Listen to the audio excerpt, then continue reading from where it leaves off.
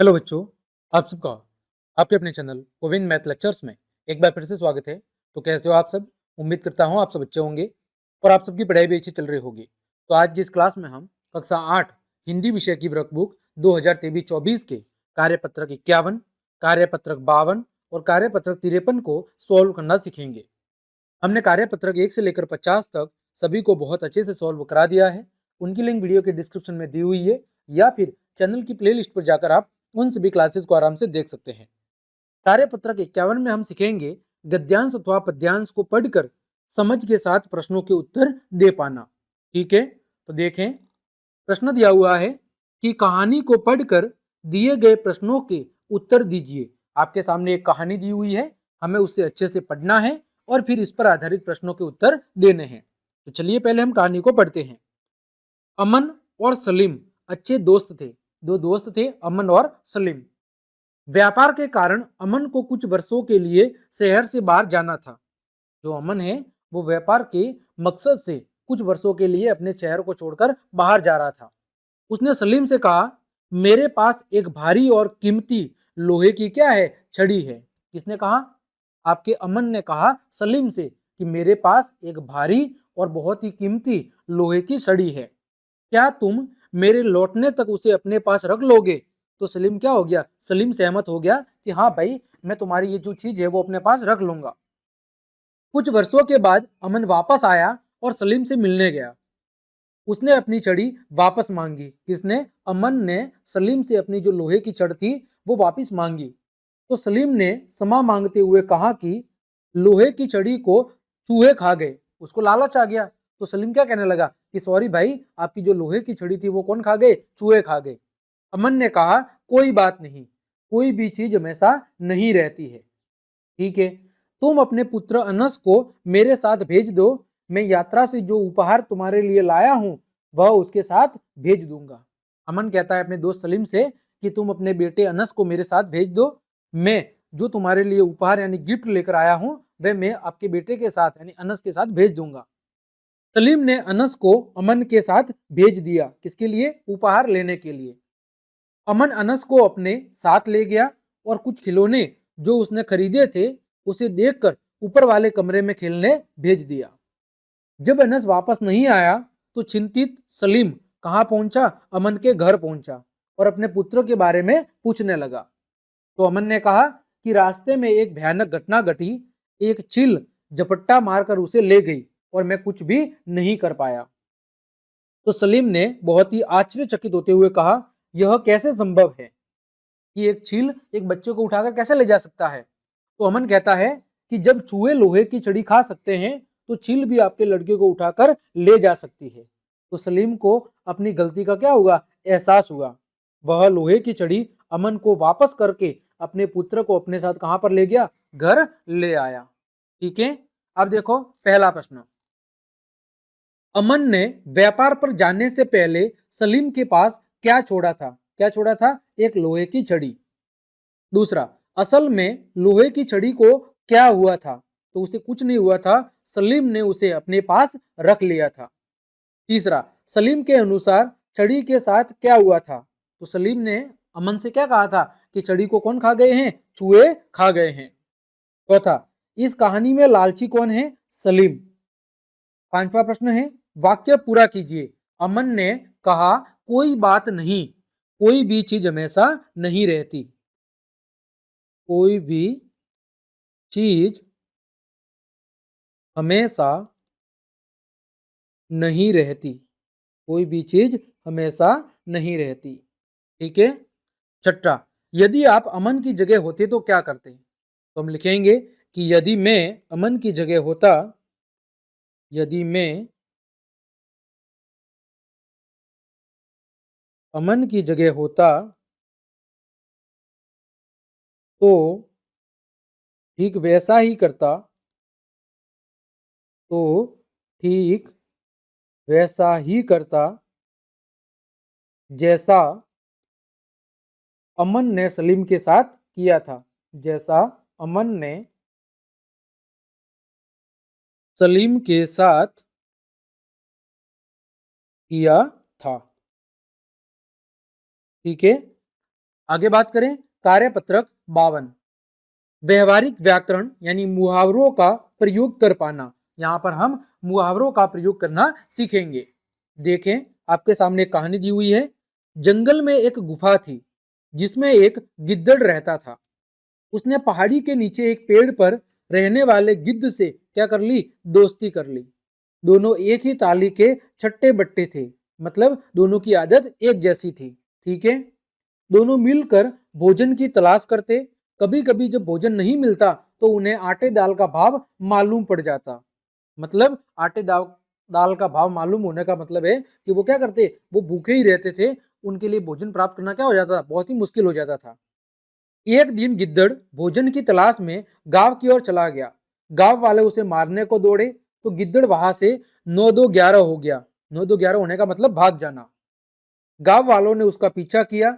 गिद्दड़ ने गिद्ध से मदद मांगी, लेकिन वह चिकना घड़ा निकला।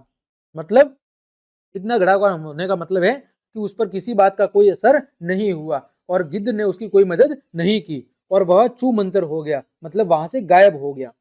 गिद्दड़ का दिल टूट गया। दिल टूट गया का मतलब है कि गिद्दड़ का उस गिद्ध पर से भरोसा टूट गया। ठीक है, अब देखो, दिए गए मुहावरों के सही अर्थ में सही का निशान लगाइए। एक ही थाली के छट्टे बट्टे, मतलब एक जैसी आदत होना। 9-2-11 होना, भाग जाना। चिकना घड़ा होना, किसी बात का असर नहीं होना। आगे देखो, दूसरा प्रश्न, वाक्य में दिए हुए मुहावरों का अर्थ लिखिए। पहला है आपस में झगड़े में सब कुछ चौपट हो जाना। तो इसका मतलब है सब कुछ बर्बाद होना। का मतलब क्या है, सब कुछ बर्बाद होना। सब कुछ बर्बाद होना। ख है घर के काम में सबको हाथ बटाना चाहिए। इसका मतलब क्या है, हाथ बटाने का मतलब है मदद करना। ग मुसीबत में लोग आंखें फेर लेते हैं। मुसीबत में लोग आंखें फाड़ लेते हैं। तो आंखें फेरने का मतलब है किसी बात को अनदेखा करना। क्या करना, किसी को अनदेखा करना। ग है चोर ने पुलिस की आंखों में धूल झोंक दी। धूल झोंकने का मतलब है धोखा देना। क्या है, धोखा देना। माँ गुस्से में लाल थी, मतलब क्या होना, मतलब अत्यधिक गुस्सा होना। अत्यधिक लाल होने का मतलब है कि अत्यधिक गुस्सा होना। अगला, चेतक घोड़ा हवा से बातें करता था। हवा से बातें करने का मतलब है बहुत तेज होना। हवा से बातें करने का मतलब क्या है, बहुत तेज होना। क्या कह सकते हैं, बहुत तेज दौड़ना। है मीना ने नाक में दम कर दिया। नाक में दम करने का मतलब है बहुत परेशान करना।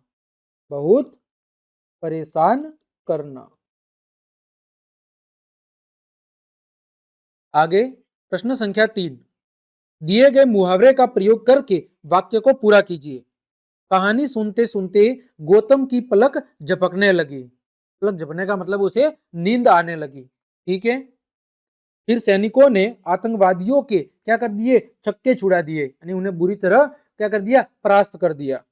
अपमानजनक शब्द सुन के वो क्या हो गए, आग बबूला हो गए, यानी क्रोधित हो गए। ठीक, आगे बात करें कार्यपत्रक 53, व्यवहारिक व्याकरण, वाक्यों में क्रिया के काल को पढ़कर समझना और लिख पाना। तो क्रिया क्या है, जिस शब्द से किसी कार्य के करने अथवा होने का बोध होता है। और काल क्या होता है, जिससे समय की जानकारी प्राप्त होती है। काल 3 प्रकार का होता है। हिंदी में वर्तमान काल, जो समय अभी चल रहा है वो वर्तमान काल है।